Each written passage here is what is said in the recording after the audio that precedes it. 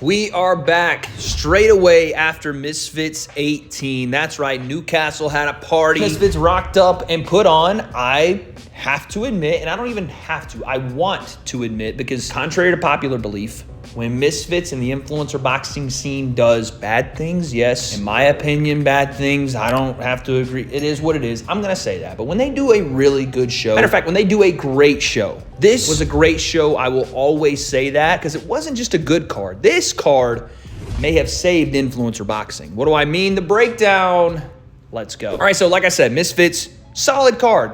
Great card in my opinion. And it started off with a literal bang. How did I know? Because Kells and Big Tobes rocked in. Honestly, Tobes could have been called Big Nips, but he was taking on Kells, who looked like Bebop and Rocksteady combined from the Teenage Mutant Ninja Turtles. He looked like an absolute destroyer, a little too muscle bound, and your mind thinks, okay, well, if this guy can't get a knockout early, this is probably not gonna go well for him, but was able to compose himself, and he threw that right hand from Florida, I'm talking Miami, all the way up to Maine. For you people in the UK, that means from down low to up high. And eventually he found that right hand. Absolute bomb he landed on Big Toe. He knocked him down and knocked him out in that moment. Huge win for Kells. His first fight on Misfits. He looks like a destroyer. Heavyweight division getting more people. I saw people saying Kells versus HS. I'm down with it. Regardless, big fight and big win for his first fight on Misfits. Shouts Kells. Then we moved to the pro tournament, which, by the way, if you didn't know, I didn't know, was actually all going to be contested on this card. Fez stepping in on late notice, probably not the best matchup for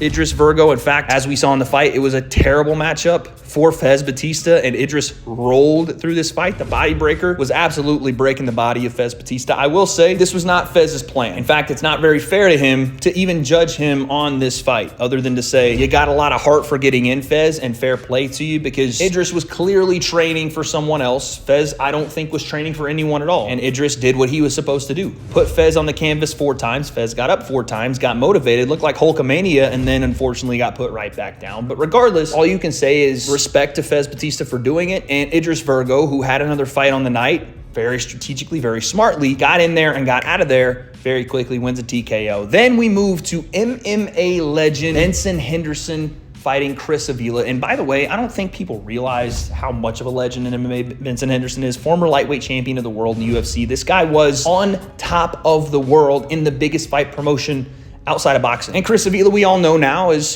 training partner and fighter out of the same gym as Nate Diaz, the Stockton crew. He comes into this as one of the most dangerous guys in the kind of crossover space in influencer boxing, and also the one guy that Misfits keeps booking, but also keeps telling Misfits, F you and everything you stand for. Benson Henderson comes out in a 5-round war with Chris Avila. Had never boxed, to my knowledge, at 40 years old, and won the fight. Never boxing out of nowhere, wins this in a good fight between him and Chris Avila. Fair play. It was good. It felt good to see Benson Henderson walk out there and be Benson Henderson. Next up, we had Carla Jade and Nikki Rue. Nikki Kangaroo. This one went a little differently than I think a lot of people expected. Carla and Nikki, I guess, had some real beef heading into this thing, and both were talking that shit. And Carla was saying, I don't even need to train for this girl because she's not a threat to me. Turns out she was absolutely right. No disrespect to Nikki Rue. She got in there. She was super tough. Face was more bloody than it. Never mind. A little too far. But she was getting beat up. Punched in the nose. Punched all across the face. And like I said, it looked like war paint on Nikki Rue's face. Game plan for Carla Jade, straight punches. Jab, cross. Jab, cross. She was far taller than Nikki is and utilized it. Her range was there. She was fighting well off the back foot. Actually turning angles and being able to circle off the ropes and not putting herself in bad positions just because someone was pressuring her forward. Not a lot of girls in this scene can do that. Fair play to Carla Jade. She did it. Takes the belt off Nikki. She is Misfits, I can't remember the name of the weight class, champion. Congratulations, Carla Jade. We had Ashley Raksu and Tristan Ham. This one was very interesting to me for a couple of reasons. One, it's just an interesting fight. Raksu, Tristan Ham, fighting in a lower weight class than Tristan just fought. I think this was at 175. I could be wrong. Maybe 180. I'm not sure. But it was a lot lighter than the cruiserweight fight that Tristan just had with Le'Veon. But the interesting part about this, more so than just these two, who are dogs, and I'm talking D-A-W-G, dogs, in their own right, is that Ashley Raksu is coached by Shoot Fighters Gym, and Tristan Ham is coached by BJ Flores. Now, the first thing that comes to your mind is probably the same that comes to mind. The coaches of KSI and the former coach of Jake Paul, respectively, are the two coaches in this fight. going against each other for the first time. This is very interesting because you have a stylistic matchup that potentially can give slight hints, slight ideas as to what may happen in a Jake Paul KSI fight. Now, is it going to be the same? Does KSI fight just like Ashley Raksu? Of course not. Ashley in this fight switched stance more than an ambidextrous baseball player. Now, this apparently was the fight that Misfits had said they were going to implement the same rules that Overtime Boxing implements, which was a 4-round fight with an optional 5th round if there was a 2-2 fight based on judges scoring. This fight did not go to that 5th round, with one judge having a draw and 2 judges having a majority decision to Ashley Raksu, who started the fight well. I thought won the first couple of rounds. I thought Tristan came back and won the last 2. I think this should have had a 5th round. That's just me. I thought it was that close. I thought it warranted it. I could go back and change my mind if I watched it again. Regardless, this was a fun fight. I did think it deserved the 5th. Raksu gets the win, so not really. But essentially, KSI beats Jake Paul in the discount version. Next, we had Bowden, not really sure how to pronounce the last name, versus George Stokey. 2 soccer / yes, I'll say it, UK football trolls on Twitter. I think they're trolls, but Twitter personalities is what we'll say. And you know what? You can say what you want about these guys not being the most talented boxers in the influencer boxing scene, not having the most experience, not even training the most for a boxing match. But you know what these two did? They went in there and boxed their asses off. They went in there and fought. They brought it to that boxing ring, and that's a lot more than most people that have gotten into this influencer boxing game can say for their first fight. How many guys have we watched go in there, and girls, and not take this seriously and crumble to the mat after a couple of punches and not want any more of this? They brought it to this ring, and it reminded me, I don't know about you guys, of a very fun watching experience that started out all the way back in OG influencer boxing. That's where it took me back to. This was an OG influencer boxing fight. Bowden came in, had the crowd hyped, probably had the most exciting reactions from Newcastle. Then we had little Cray versus Joey Knight in the lightweight tournament. Fun fight. Coming into it, I thought Joey Knight would win. That's who I had my money on, and I was proven dead wrong. First off, let's talk about the fight, and then we'll get into the other things that I know you guys want to hear about. But little Cray was able to walk Joey onto shots time and time again. While you can say, yes, Joey was bringing the fight to little Cray, fights are made and fought in 2 planes, and that's forward and backward. I think that's strategic. No, I don't think it's running away. I think that there are definitely clear examples of fighters not wanting to engage, and you can look at guys like Shakur Stevenson, who sometimes has that issue, but this didn't look like that to me. This looked like Cray using the forward aggressive style that Joey does present to a lot of fighters, where he will beat you up as he walks forward, he'll feint you and then counterpunch you as he walks forward. Yes, he wasn't there in the middle, standing square, foot in the tire, let's go to war in the phone booth, but he was strategic about when he wanted to exchange and how to stay safe in the fire when Joey, and fair play to Joey, did bring it forward. He was walking forward the entirety of the fight, trying to push the action. Cray just had a style that was difficult for a very aggressive offensive puncher that didn't want to play the boxing game with him. And you could obviously tell Joey was fired up and maybe a little frustrated off the fact that he couldn't maybe land those shots early and was able to later on. But regardless, the 5-round fight was what they agreed to. And Cray over those 5 rounds, I thought did enough for the win pretty convincingly. I thought that Cray did win this fight without much of a hitch in the wagon. What everybody is talking about online from this fight is obviously my boy, my brother, True Jordy. Now, I say that having not the relationship that Jordy and Joey Knight have. That's a friendship, that's a brotherhood that I can't even explain, because I know it goes deeper and there's so much more there than even I have experienced with Jordy. And I've experienced that with, and you guys I'm sure have too, with other people in your life. I would say that's the same for me and Sensei. So for Jordy to be on commentary while his brother, his best friend, the guy he announced as he comes out, is fighting, that's a difficult spot to be in. I don't think I could do it and remain unbiased. So when you hear what Jordy is saying in the fight, he's obviously very fired up. He's obviously very emotional. This doesn't mean that Jordy's right. I think he is wrong in his assessment of the fight, and I'll say that pretty clear. What I'm not going to do is try to baptize him like I saw online today, everybody trying to do, because of some of the things he said. I don't agree with the things he said about the fight, or, you know, Cray is disgraceful, all this. He was very emotional, and I think he probably even will go back and, well, yeah, I probably shouldn't have said that. But again, put yourself in his shoes. And I thought he handled himself after that fight and before that fight with great class and professionalism. That fight, obviously, it got to him a little bit. I think people are making a mountain out of a molehill with that fight, and ultimately, yes, Jordy was wrong, in my opinion, and Cray won that fight. He was going to bat for his guy, which I think all of us can understand to a degree. So I think let's just have a little grace when it comes to Jordy. And you can say I'm dick riding and all this, but that's my guy. I'm not going to sit here and badmouth him. It's my brother. But congratulations to Cray, because he rightfully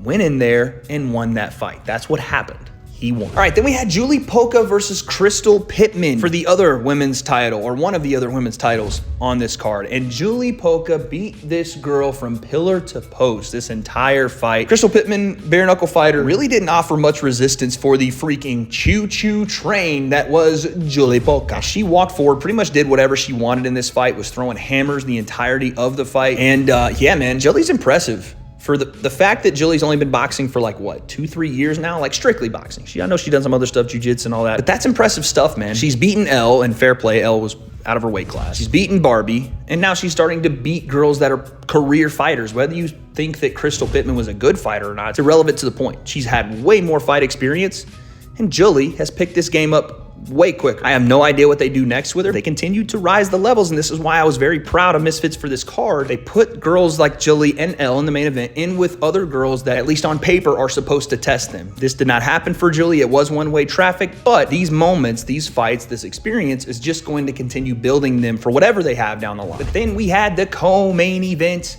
of the evening. This was the tournament finals, and it was just a 3-fight tournament, 2 semis and a final.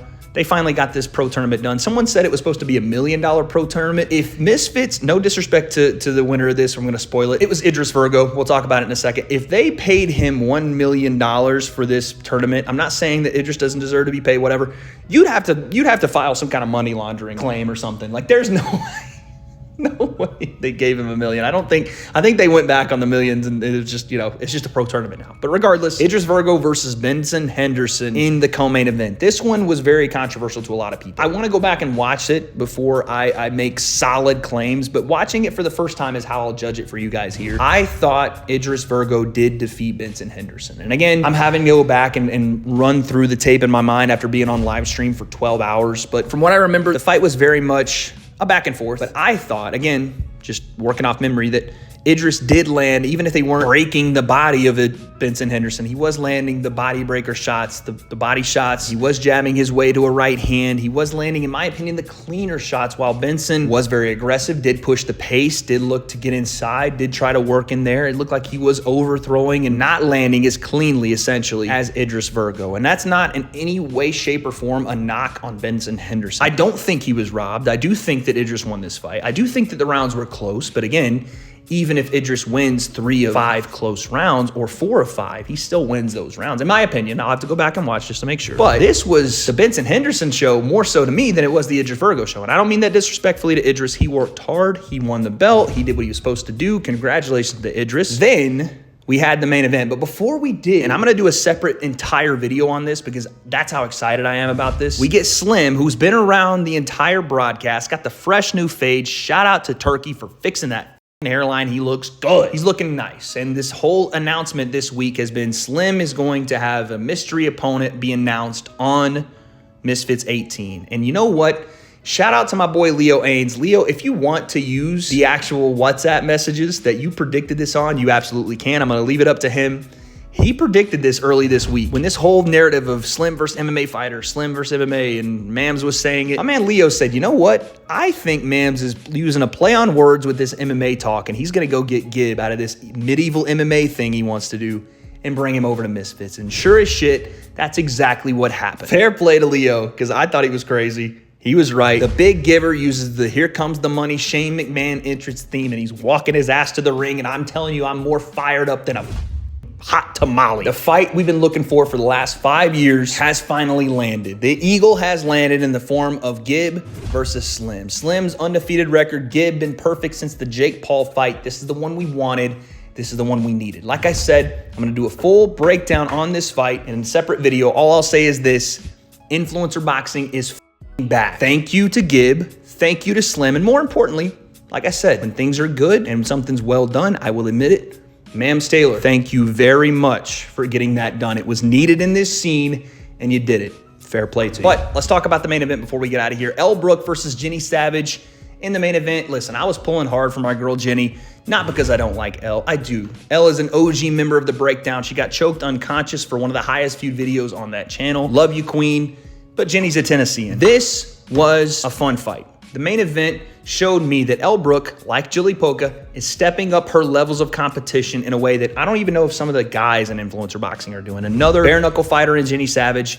And Elle had some stuff to overcome here. In the first couple of rounds, it was smooth sailing. Elle was doing what she wants, getting to range, landing her shots to the body upstairs, showing off that right-hand power, tagging Jenny with big-time punches until Jenny, the southpaw, started to get Elle's timing, started to walk Elle on the shot, started to land big-time left hands down the pipe, put a mouse under Elle's eye, started to turn the fight a little bit. In fact, so much so that I thought Jenny won 2 of the last 3 rounds out of the 5, and this became a competitive fight to the point where in that last round, Jenny had turned the tide and was on offense, putting Elle on the back foot. And when it was all said and done, Elle had done enough work early, even though I think she had some moments late as well. I thought Jenny won those rounds and did show that, of course, Elle still has things to work on, but also Elle showed that she is at a level above these girls that have been fighting for the majority of their lives. And Elle, and again, I'll put Jilly in there, been doing this for the last 2-3 years, gotten very good, very quick. Are there still some holes in their game? For sure. Are they going to fix those? Absolutely. They've shown fight by fight they will. But the point being, and the point remains, Elle Brooke wins once again. She's taken down Paige VanZant, Jenny Savage, all these other girls that are high level. At least in your mind, you think that, and Elle's going, oh, cool, that's what you think?